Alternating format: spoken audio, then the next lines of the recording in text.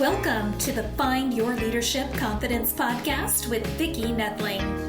You are about to discover impactful lessons that help you grow as an individual, grow your confidence, and find the positive and good within you, so you powerfully and authentically become the best version of yourself. Be sure you visit our website at www.findyourleadershipconfidence.com. While you're there, subscribe to us via your favorite network. Now tune in, get ready, and enjoy the journey of emerging as a leader of exception in the 21st century. Welcome, everyone, to the Find Your Leadership Confidence podcast. I'm your host, Vicki Noethling, coming to you from Roswell, Georgia. The goal of this podcast is to bring topics and guests that will empower you to become that confident leader and take your business and your life to the next level. Today, I am very excited to have with me Ricardo Regalado. And let me tell you about Ricardo. Ricardo is really Ricky Regalado, and we'll talk to Ricky in a moment about why he is a dynamic serial entrepreneur transforming the cleaning service industry. Recognized in Google for Startups 22 and Inc. 5000 4 times. He's a visionary leader committed to making a genuine impact. As the founder and CEO of Rozalado Cleaning, Chicago's fastest growing facility service management company, and Route, depending on what part of the country you go for pronunciation, for sure, a cutting edge software platform for commercial cleaning companies. Ricky's mission is to improve business and cleaning and raising the bar across the industry. He is driven by love, family, and legacy. Being positive, being humble, and being culture or building culture. His leadership extends to hosting Cleaning and Cocktails podcast. That's just such a cool name. I love it. And this whole is just to build community, empowering entrepreneurs through technology, data, and again, through building community. With a relentless work ethic and a passion for family at his core, Ricky Regalado is a catalyst for change, determined to build brighter future for us all, adhering to his motto, as if he leans back a little bit, you'll see, building stronger together community. So we're going to talk about what his blueprint to building your brand empire is.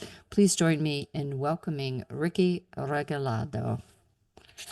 Thank you. Thank you for having me. Thank you for being my guest today. I've been looking forward to chatting with you. We always start out with 2 easy questions. And I say this and sometimes it bites me in the butt, but tell us, where do you live? Where do you call home right now? Right now, I live in a suburb named Glen Ellen, and it is in the outskirts of Chicago, Illinois. Yes, I know that area. And I talked about all these wonderful things you're doing today, but I always like you to kind of go back a little bit to the days when they weren't as bright or as shiny. You know, what about the different paths that you had on your journey that really kind of informed what you do today and your why for what you do today? Well, yeah, man, it goes back to that, the family word that you use many times over. I mean, I'm 100% Mexican American. We got a big family, aunts, uncles, cousins. So when I grew up, I didn't really know what I had or didn't have. All I know is like we were always together, right? Like we always had big family parties. We always, I had friends, but I had a lot of family. So like a lot of my family were my friends. So growing up, that was at the core of everything I did. I always remembered weekends where, were with friends or family. And, going through school, high school, I loved high school. I loved socializing. I loved friends. College, same thing. Like everybody complains about school. I'm like, man, it wasn't that bad. Like I enjoyed school. I enjoyed learning and socializing. I wasn't the smartest kid in school. It took me, I joke, I went to like 6 different colleges trying to figure out what I wanted to do to get a degree that I do nothing with. right now. So again, I think it was just to learn how to like, where being a good business owner, what a lot of that stemmed from my socializing and learning how to network and be a people person. Yeah. Because I think being a people Mm, person is huge, is a vast competitive advantage in owning a business because that you have to build a team of people to build a yeah. successful business. But yeah, at its core, it's family, it's friends, it's socializing, it's culture, it's just learning how to work with people has been the biggest probably win for me in building different businesses. Yeah. It's so funny, I come from in my individual family there were 8 of us and eventually 9, and then I every Saturday and Sunday we spent it at my mom's house, my grandparents. That was a farm, and all of my cousins and aunts and uncles were there every Sunday. So there's like 35 of us every Sunday. I always teased whenever I got married that I didn't know how to cook for 2 people. I only knew how to cook for 30 people. And so I got a freezer as my wedding gift. Oh It's my like God. not your typical wedding gift, right? So such a great story about your beginnings, and you really touched on some important things. But you know, I think some people, when they get the idea to start a business, they think of, what they want to do, but they don't really think a lot about the brand. So how do you craft a standout brand that's in a lot of times it's a crowded world that your brand's going to have to stand out in. So it's and often changing. So how do you stand out? Yeah, that's a great point. I mean, like I'm always big on shared experiences and just like my world. So my wife actually created our first logo, right? So this is our original logo is the R, Mm-hmm. and that is for Rozalado Services. So our name, it's always a cool story on Rozalado is Rozalado. So it's Pedrosa is my cousin's last name, Pedrosa. My last name is Regalado. And I took the two You names and I just combine put them. them to go combine them. And I didn't know about Google or SEO back then. So I mean, we didn't have a website until so we got in the industry in 2012, the cleaning industry. And then 2015 is when like we rebranded and said, it's going to be Rozalado is the brand, right? So, but in those 3, 4 years, we didn't have a website. Yeah. So whatever, my wife like chicken scratched the R in the square, and then we just put like Ozalato behind it, right? So it's Rozalado, and we have stuck with that logo itself, other than like a font change here and there. But like that has been at its core the same logo, and it's the Hmm. R that sticks out.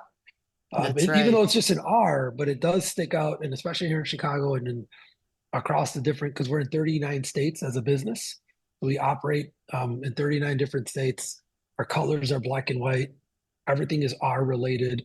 It's clean, cut, sleek, modern. And our website now starts to reflect that, right? The beginning websites didn't. We're still trying to figure it out. Hmm. But if you start to identify as a brand, right? And then me as an individual who's the owner, I am the brand. My team is the Right. brand. The core leadership that shows face in conventions and events and out in the field, they're the brand. So like if we look the part, we feel the part, we talk the part, your brand starts to speak for itself.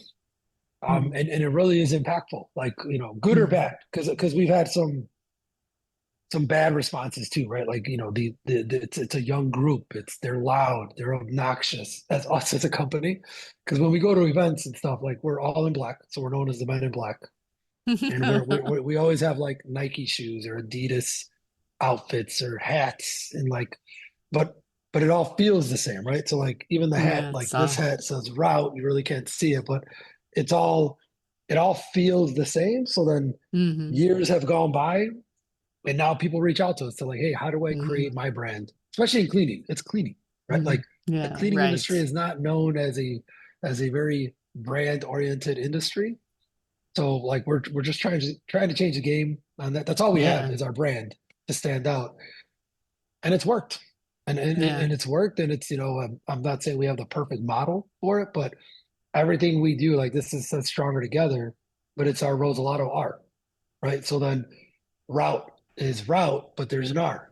And then like Cleaning and Mm, Cocktails looks like our like they all start to really take form, and yeah. and it's our So it's brand at the end of the simple. day. Yeah, it's simple, it's clean, it's memorable, it's identifiable, the black and the white. Yep. Definitely you can see all the things. I think people tend to be maybe too clever and too um, overly creative, thinking eye-catching. Like maybe they think, oh, well, black and white's not going to catch the people's eyes, but it's that uniqueness and that I remember, out of all these things, there's black and white. So yeah, definitely Yep. good points. So you talk about stronger together culture. Hmm. What is the secret to really fostering a culture that is embracing being stronger together and not having a lot of times people come and they think, well, I'm going to make the change, and they forget that they're a team, and the team and is aligned to the company and the culture and the core Yeah. values and missions. So talk about that. Well, yeah, I mean, it's Stronger Together came from so right out of COVID. So in during COVID, everything shut down, but us being in the cleaning space, a lot of our business picked up, right? Yeah. And we didn't even skip a beat. Like we were working all through COVID. And one of the things that happened though is at that moment, I think that was 2020. I was really out of the business and I was just working on like strategic stuff and like high level sales. I already had started to work on the software side. So I was not heavily involved. COVID hits and the team is scared, right? Employees are scared. Yeah. Technicians don't want to go out in the field. We do a lot of healthcare. They're like, but who's going to do the spraying? Where's the mask? And like, uh, Ricky, we're scared. We're not prepared. We'd rather not go to work. So I'm like, man, this is not good. Like we need, we're, we're supposed to be the ones there cleaning up and disinfecting and You're the getting things ready. essentials. The Yeah, you're the essential service. essentials. So we made an awesome video for the team. And like literally that next morning after the world was shutting down, my cousin and I were like, hey man, I think we got to get back out there and like show the team that it's okay. Like with proper PPE and like understanding the steps and procedures, like everybody can do this job. They just have to be protected and they got to know that we're protecting them. So we got dialed up. We got, Tyvek suits, top to bottom mask. And we worked for the next 2 weeks, 10, 12-hour days. We did a lot of the disinfecting spraying and like electrostatic stuff that was happening at the Yeah. time. And we would share the videos with the team, like, hey guys, we're out there. We're here for you. We're going to perform the work for you. So what they started to do is they were like, oh man, if the leadership is doing it, we got to get out there. And little by little, every day at the office, like more people would join More. us to come. And then at that moment, the same time, I started the Cleaning and Cocktails podcast. And that podcast was supposed to be to spotlight smaller cleaning company owners that normally don't get interviewed or ever show. Everybody's always talking to the $100 million size Yeah, right. company owners. And I was like, man, I've been there, right? I went from zero to like, we're going to do 30 million in revenue this last year. And Mm. like, I have that story of growth that a lot of the smaller companies would love to Mm. to do. And it just came to us for Tony, actually, my cousin, and was like, man, Rick, like we're stronger together when we operate as one. And he literally went to town and started making the logo because he likes to sketch. And it was born. Like the Stronger Together logo was born, Cleaning and Nice. Cocktails was born. And it all came from a place of we're all competing. Like, cause at that moment too, Vicky, I was also making YouTube videos about like how to price disinfecting, how to Ah, price virus. Like, I was like, screw it. Like, this is not proprietary. Like, everybody should know how to price these services so they can get out there and save their business. And then mm-hmm. people started saying, man, the industry is changing. Like, we are working together, we're sharing information, we're collaborating together. And it was just this whole like concept of you guys, we are all stronger together as a cleaning Yeah. industry and as a community. Can't share everything, but at the end of the day, like we look like a more professional service business industry if we act like it and we Mm-hmm. we price appropriately, we submit professional proposals, because our industry is jaded, right? Like it gets a bad rap for not being professional. Like companies, you could go to Home Depot and buy a mop bucket, a broom, a vacuum, and really start a cleaning company Yeah. tomorrow if you wanted to. But there is that level of professionalism that Hmm. we're trying to bring, and that is a lot of what Stronger Together does. Is the clientele now will see a different version of cleaning professionals in the coming Yeah. years. And that really is your brand too. The people that you have working for you are representing your brand and who you are. And so that's important. But what you were saying about Stronger Together, I retired from UPS, and early on I learned that in some of the projects that I led, I needed to be able to change the industry. I needed to have the industry work together to make the change.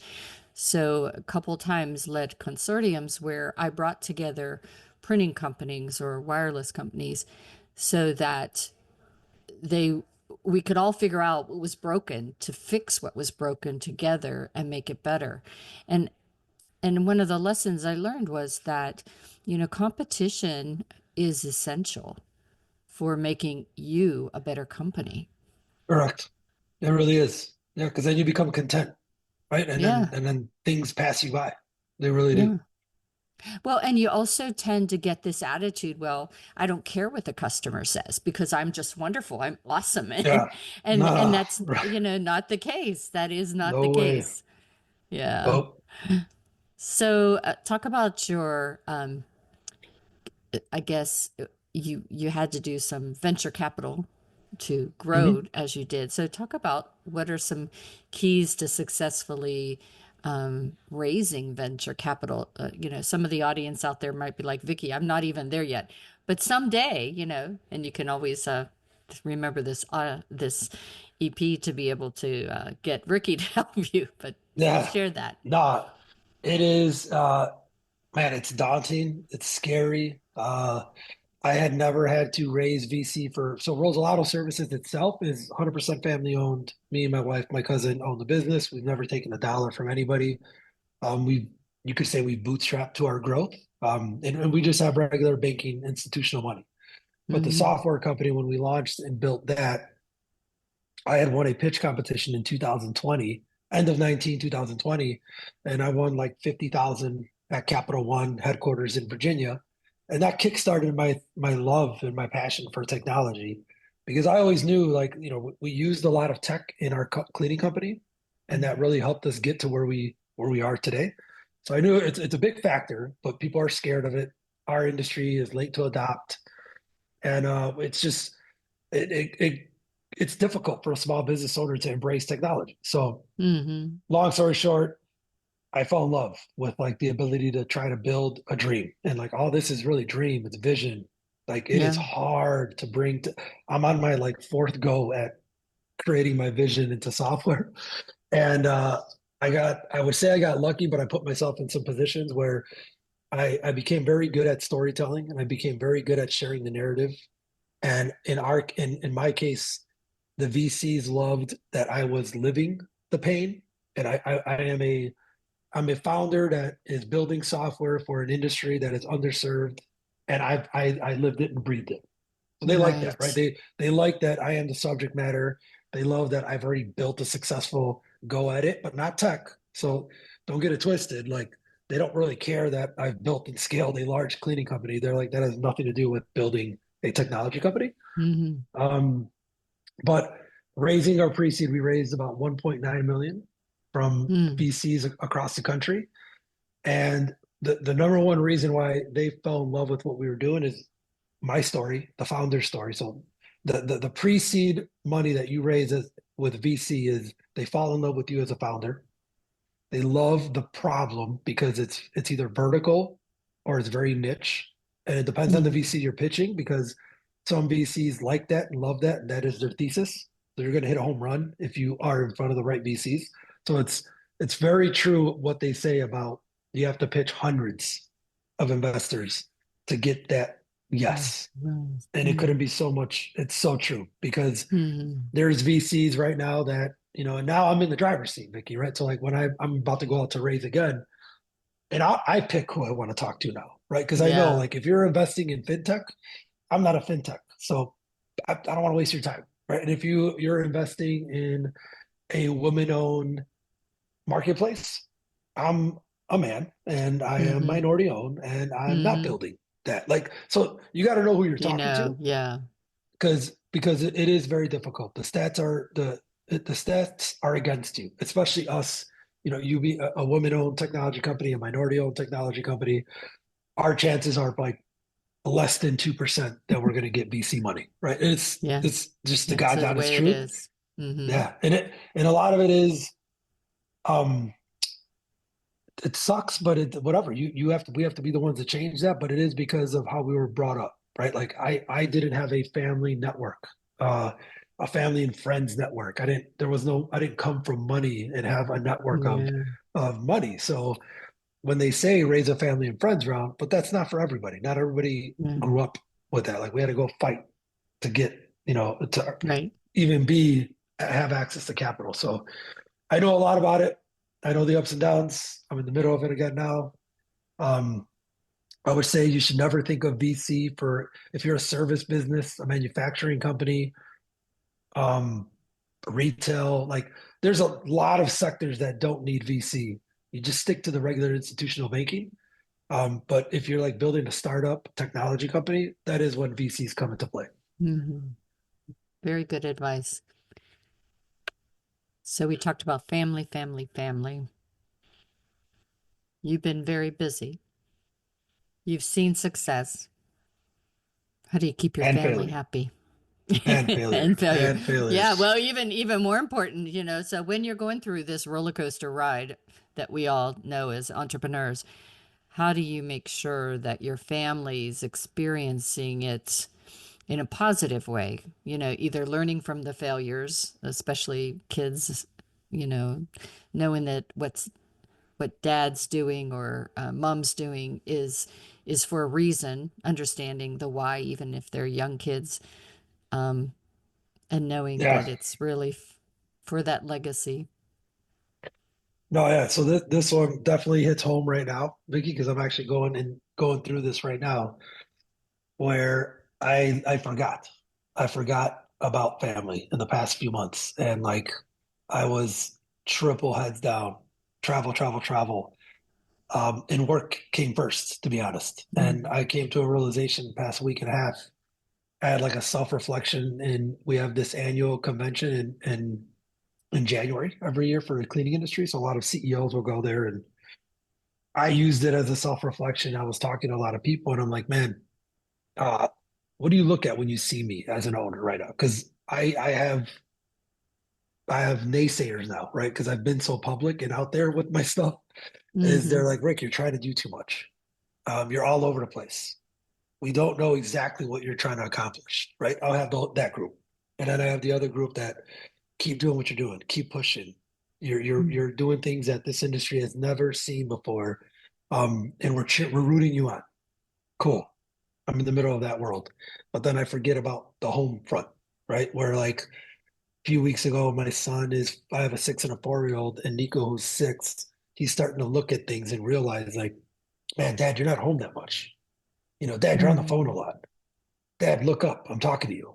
Right. Like, so all of this was real, and it is real right now. And it's like, I took Yeah. a personal leave from work this past week and a half to reset, Mm.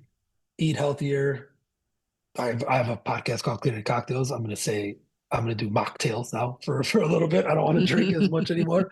But just because it's a hard truth that happens when you're building Yeah. businesses is if you forget about family, and like my wife is the core of my success. It's like she's home taking care of the business, or I'm sorry, the family business, taking care of the kids, taking care of like the house being in order. And by being so busy, you forget about those things. So I'm living through this actual Yeah. scenario right now, and it's you can't forget, man. And like it'll hit you in the Yeah. face. And that's what it did Yeah. to me. And I'm appreciative of the family piece. So I got to get back to the basics. It's okay to Hmm. work from home. it's okay to say no to meetings. It's okay to shut it off at 6. If the other side doesn't respect it, maybe they're not people you should work with and things like that. Yeah. Yeah. That's so true. And I know, like, my husband was a school teacher for over 40 years, and he never went to any of the school plays or anything during the day because he could not go. But I was in a position that I could be there, even though I was working all the time. Um, but he, from the time the kids were babies in the summer, was dad's mom. you know, Yeah. he, Yeah. yeah, even, and I'll tell you that first baby, the first year that this man took care of my kids, I prayed a lot. But it was wonderful, and the relationship that he has with my two daughters is fantastic because they remember just the 3 months every summer that he was there every day to do everything. Maybe not so good, but he But that's still not the was point, there. right? Yeah, it's Yeah, like even exactly. me, It like made I make a mean scrambled egg and cheese and chorizo con huevo. Like my son laughs. He's like, Dad, you only know how to make like 3 things. I'm like, hey, I didn't say I know how to make a lot of things. I know how to make a few things for breakfast. but it's they'll remember that, and they'll Yeah. probably do that for their kids whenever. Because So, that was my dad. My dad only yeah. made chorizo con huevos or like French toast, and that's all I remembered him making. So I'm like, all right, cool, I'm gonna do the same thing for my kids. Yeah. My dad had worked 3 jobs because, like I said, I had all these brothers and sisters. And so my dad doesn't cook at all. I mean, Yeah. I don't think he boils water. We don't even let him do grilling. But but it didn't make any difference. And it was funny that the volunteering that I do now from the time I was young is because my dad volunteered all the time. And so he wasn't home, but what he was doing, helping others, impact to me was huge. So don't Oh forget, yeah. the kids are always watching. No, that you couldn't be so like just yesterday. So I'm practicing. Like I said, I have a big. So I'm part of the Morgan Stanley Inclusive Ventures Lab right now out of New York. So we Hmm. every month we go for a week to downtown New York City. We go to their headquarters, and it's like an accelerator. So next week is our big demo day in front of like 400 investors. So I'm practicing right now, and my son came up the stairs up here where I'm at in the attic. It's my only like away place, and I got the headphones on so I can clear like block sound, so I can just get in the zone. And I didn't know he was coming, and he came up, and I could see in the corner of my eye, but I was like, let me finish. I'm in the middle of it. Let me finish through it. Then I finish. I look over, and he's just smiling because he's like, Dad, I love hearing you do work. I love it. And I'm like, what was I doing, Nico? And he's like, you were pitching. Like, I know when you're pitching, Dad. I'm like, he knows what I'm doing, you know? So, Yeah. and then now he practices memorizing. So, like, he loves music. Like, he'll listen to music and then he'll reiterate the song or replay it in his mind first. And like, you could hear him like a couple words at a time, boom, boom, boom. And then he lets it out. And I'm like, man, that's like what I do. I memorize script and then I pitch. And to him, he's like, Dad, I'm doing what you're doing, but I'm doing it with music. I'm like, Yeah. okay, sure. Yeah. That's why I teach public speaking to kids and leadership. And I love to see, the fear just melt away for them being able to be in front of people. Because it's So fear. It's all it fear is at the all end it of the is. day. It all, Yeah. and I know that I do mostly middle school and high school, but right now I have a group of 8, 9, and 10-year-olds as well.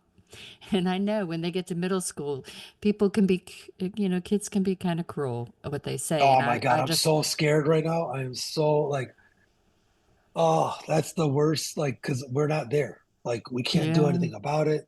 Kids are mean. hmm, Like, social media yeah, is love yeah, hate it yeah, because they've also learned a lot. They learned a mm, lot that I never learned because they learned it on YouTube and stuff, right? But mm-hmm, there's that other side, and like I'm like, yeah, where'd you get that from? Why are you talking back to me like mm, that? Like, and then you see some of the characters that they watch.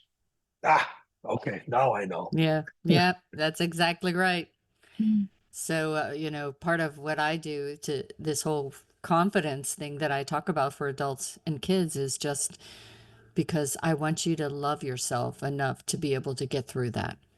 Yeah, it's confidence. That's a great point Yeah. too. Is confidence is everything. Like it Hmm. again, you don't have to be confident to be arrogant or cocky, right? But like confident to just speak for yourself, be Yeah. presentable. Like it's half the battle. Like it's also a part of sales. Like I feel like everybody Hmm. should learn a little bit of sales. And like I think sales and confidence comes in hand It's the same because thing. it's the same thing, right? Like you're gonna sell Yeah. so much better if you're confident. Yeah. Because, it's the courage to believe in what you have and do and stand up for it and know Hmm. that it's okay if people don't agree with it or It's go okay. along with it or say no to you, because there's always somebody that will say yes. Yeah, but it's tough though. I'll tell you. It's like Yeah, I know. as much as I say, like I don't care what people say. Yeah, right. Like as we're done talking, I'll turn around, like, man, I really don't like that they don't like what I'm doing. Like I I gotta change know. their, I gotta change their mind. You go Mhm. into that mode. Yeah, it's Yeah. tough. It's tough. Well, time has flown by, and I just want to ask you one question. It's kind of going outside of brand empire, but why is it important that you laugh every day? Oh my God, laughter is the medicine of for everything for me. Like it is making somebody laugh when they're feeling sad, or myself smiling and laughing. It is the cure for when you're down, when you're feeling sad, when you're feeling lost, when you're feeling like hope is gone. I feel like laughter, joy, smiling just brings you to another level because it's all about mind. It's mindset, right? Like in Yeah, your mind, exactly. when you're sad, it is an obstacle. But then if you laugh about it, it turns into an opportunity. So like Yeah. I just think laugh is just a medicine that everybody should use every day. It costs nothing. You don't have to go anywhere to get it. It just comes with engagement. Like engage with somebody, Hmm. laugh, laugh with Yeah. them. I love that you brought that up though. Nobody talks about Yeah. laughing. I think laughing is Yeah. so great. Well, it's just every time I look at your shirt, I think it really laughter is what helps bring us together and helps us be stronger together. Because if we can laugh together at those tough Oh, times, hmm, we can get through anything. yeah, and both sides too, right? Cry together. Like Yeah. like if you could share Yeah, your absolutely. and be vulnerable with somebody. Like I have one of these panels, Vicky, at the events that we do, and it's the favorite panel for everybody. Is it's called vulnerability panel, and it's just a moment where I bring company owners from 1 million to 100 million to a billion. I've had somebody on the panel that had $1 billion cleaning company, all different walks of life, but yet they all laugh the same. They all have the same type of sadness. They've dealt with some pitfalls more times than or they're sad more times than they are happy because of certain shit that's going on in Hmm. their world. They have the Yeah. same problem. They have the same problems, and it's just because they're being open and vulnerable about it. Like Yeah. it doesn't matter that you're a $500 million cleaning business owner. Like you were at 500K at some point, That's and that right. person that's at 500K can resonate with you. So I think vulnerability is key too. Like it really Hmm. takes like a weight off your shoulders if you can be vulnerable. That's exactly right. That's all what I teach, leading with the heart, the head, and the hands. You Oh have to yeah, be able to be authentic, be vulnerable, and get rid of that mask. oh yeah, And when you do couldn't that, that agree. really helps you be able to have people understand who you are, what your brand is, to be able to build that empire. Hmm. And they still might not. So, but that's okay. Like we said, not everybody's gonna get it. Well, actually, we don't want everybody at our table, too, No, that's true. But That's true. yeah, no jerks allowed. All right. It's time now for me to share my screen that has the contact information for Ricky. If you really enjoyed what he had to say today and have questions, or want to see how he might be able to help you in your understanding of your brand and whatnot, then I'm going to share the contact information on a slide. If you don't have the ability right now to be able to write this or do a screenshot, everything will be on my Vicki Noethling YouTube channel, as well as my findyourleadershipconfidence.com. The website is rickyregalado.com. That's all initial cap for Ricky and Regalado. Facebook is ricky.regalado.3939. And LinkedIn is Ricky Regalado, all small letters, just as Facebook was. Instagram is the same, Ricky Regalado. And YouTube is at Cleaning and Cocktails. That's that podcast that he's talked about. Again, at Cleaning and Cocktails, even though he said he's doing mocktails now. So I'm going to let Ricky talk to you about his website, what he has on there, resources, links that might help you. Also how, he can be contacted easily there, as well as his social media, how often he puts stuff out there, what he puts out there, so that if you did want to DM through social media, you can expect how quickly he'd get back to you. So Ricky, it's all yours. Yeah, thank you so much. Don't judge my website. It's been a couple of years since I updated it because I've got so much going on, but it is a nice resource where I get the emails if anybody contacts me there. It just Perfect. Really just sets the tone of what I've been doing in the past couple of years leading up to like last year. But you can reach me there, but I'm most active on LinkedIn and Instagram. So LinkedIn is obviously everybody knows it's more of the professional network. Instagram, I'll probably be able to respond quicker on Instagram. And then the YouTube channel itself, it's predominantly more so for the cleaning industry and a lot of like cleaning industry content. But we also just have a lot of small business type of concepts and content as well there, Vicki. And awesome. Most of the time people that reach out to me, it's about starting a cleaning company, growing their cleaning company. Now it's about podcasting as well and just family business. Like I've been getting a lot of people that reach out on how to go about managing or building and their family business or also selling because we've done a lot of acquisitions. So I ask me anything, right? Ask me anything and I can help you or direct you in the right direction. Yeah. He's got connections. Ricky, it's been just wonderful chatting with you. I just enjoyed it so much. You shared a lot of really important things, reminded the audience of things I think that they need to be reminded of. So thanks for being such an awesome guest. Thank you. I appreciate it so much. All right. As always, I remind everyone that life is a journey and it's up to you to enjoy the ride.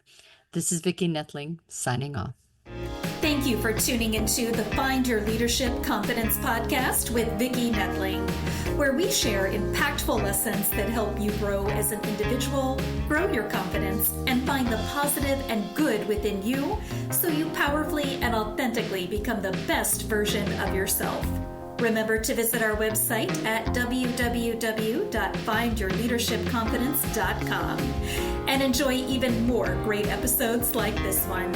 Again, while you're here, subscribe to us via your favorite network. We look forward to seeing you next time on the Find Your Leadership Confidence podcast.